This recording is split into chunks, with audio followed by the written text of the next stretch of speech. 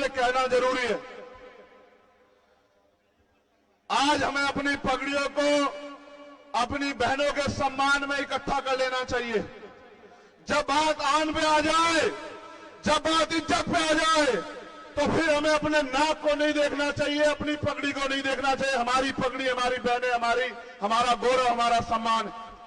मैं ये बात आपसे इसलिए कह रहा हूं कि हालात देखिए, अगर हम अपनी बहनों के सम्मान की रक्षा नहीं कर पाए तो घर जाके अपनी बहन बेटियों को क्या जवाब दे पाएंगे, ये भी सवाल आप अपने आप से करना।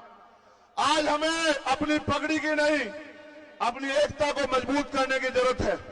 हमें सर्वे सर्वा बनने की नहीं, हमें अपने हिस्से में इस जीत को लेने की नहीं। ये बहन बेटियां हमारी पहलवान जीते, उनके आंसुओं का मोल हो और फिर कोई ताकतवर हमारी पगड़ी से ना खेल पाए, इस बात का भी ध्यान रखना है, इस बात की भी इज्जत रखनी है। आज ये जिम्मेदारी हमारे कंधों पर है सब लोगों के। इसलिए मैं आपसे कहना चाहता हूं, अगर वाकई में जीतना है तो एकजुट होकर लड़ो। और हमारे पास गार्जियन के रूप में गवर्नर साहब बैठे हैं।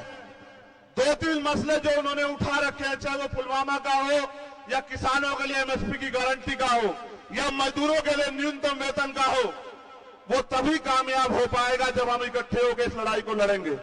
वरना टुकड़ों में बच के हम कभी जीत नहीं सकते हैं। मैं आपको अपने समाज की तरफ से, किसान कमेरे समाज की तरफ से गारंटी देता हूं कि जहां इस सम्मान की लड़ाई में बजरंग यहां बैठे हैं, आप पूछ लो, जिस दिन से हम लोग लड़ना हमने शुरुआत किया था, एक दिन मुझसे गलती हुई क्योंकि हमारे लोगों ने झारखंड में सभा रखी हुई थी। मैं ऐलान करके कह रहा हूं, देश के प्रधानमंत्री जी सुनेंगे, अगर उस दिन मैं वहां होता, मैं बहुत दुखी हूं इस बात से। मैंने कहा झारखंड के मंच पर, जब मैंने सुना, तो किसी ताकतवर को मैं अपनी बहनों के सम्मान से नहीं खेलने देता। उस दिन जो हुआ वहां, मुझे उस बात की टीस जीवन के आखिरी क्षण तक रहेगी कि किस तरह खून के आंसू इन लोगों ने रोए।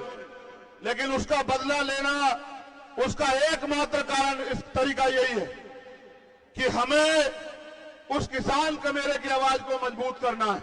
और मैं आपसे